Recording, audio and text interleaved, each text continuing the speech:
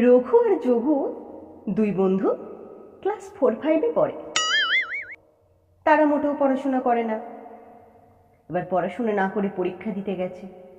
পরীক্ষা দিয়ে বেরিয়ে এসে তাদের কথোপকথন হচ্ছে যে কেমন পরীক্ষা তারা দিল।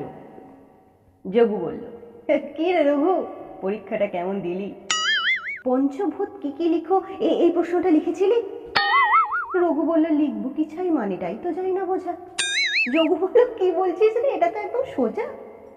একটা ভূত ব্রহ্মদৈত্যী আর একটা গোভূত, আর পেতনি একটা, তিনটে হলো শাঁকচুন্নি 4। একটা পয়েন্ট ছেড়ে দিলাম, নাম্বারটা তো 2। রঘু বলল, ছাড়লি কেন, আর একটা তো তুই।